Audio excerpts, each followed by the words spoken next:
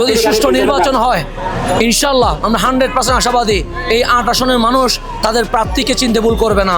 মোমবাতির গতকাল 9 ফেব্রুয়ারি Islamic front মনোনীত সংসদ সদস্য প্রার্থী জনাব হাসান আজহারি তার শেষ গণসংযোগে অংশ নেন।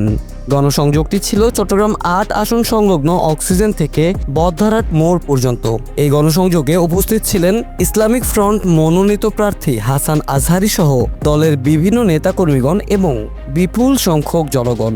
একটা জিনিস মনে রাখবেন, রাজনীতি টাকার খেলা, কিন্তু আমার এই মানুষগুলো টাকাতে আসে নাই। আমি কাউকে বিকেলে নাস্তা দিতে পারি না, রাতের বিরিয়ানি দিতে পারি না, তাদের গাড়ি ভাড়া দিতে পারি না। উল্টা আমাকে নাস্তা করানোর জন্য ওরা প্রতিযোগিতা করে।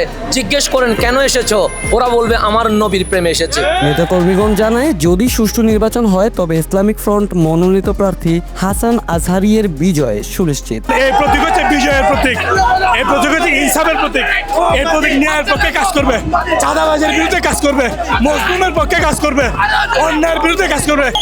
আমাদের হাসান আজহারি ইনি একজন আলেমের ছেলে, ইনি মসজিদে গেলে ইমাম, ইনি যখন জুমার দিন যায় খতিব, জানাজার নামাজে গেলে ইমাম, বন্যা দুঃখিত মানুষের কাছে গেলে তিনি স্বেচ্ছাসেবক কর্মী হয়ে কাজ করে। সুষ্ঠু নির্বাচন নিয়ে হাসান আজহারি তার শঙ্কার কথা তুলে ধরেন।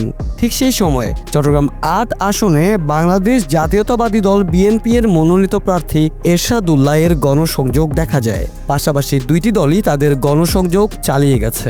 দর্শক, আমরা এখন উপস্থিত আছি চট্টগ্রাম 8 আসন থেকে বিএনপির মনোনীত প্রার্থী এরশাদুল্লাহ এর একটি গণসংযোগে। আমরা দেখতে পেয়েছি কিছুক্ষণ আগেই বাংলাদেশ ইসলামী ফ্রন্টের মোমবাতি থেকে মনোনীত প্রার্থী জনাব হাসান আল আজহারি এই রাস্তা দিয়েই তার সর্বশেষ গণসংযোগটি করেছেন এবং ঠিক সেই মুহূর্তেই পাশাপাশি দুইটি দলেরই গণসংযোগ আমরা দেখতে পেয়েছি। তবে এখানেও কোনো ধরনের বানচাল বা কোনো ধরনের অসংহতি ছিল না। দুইটি দলই পাশাপাশি তাদের নির্বাচন প্রচারণা চালাচ্ছে।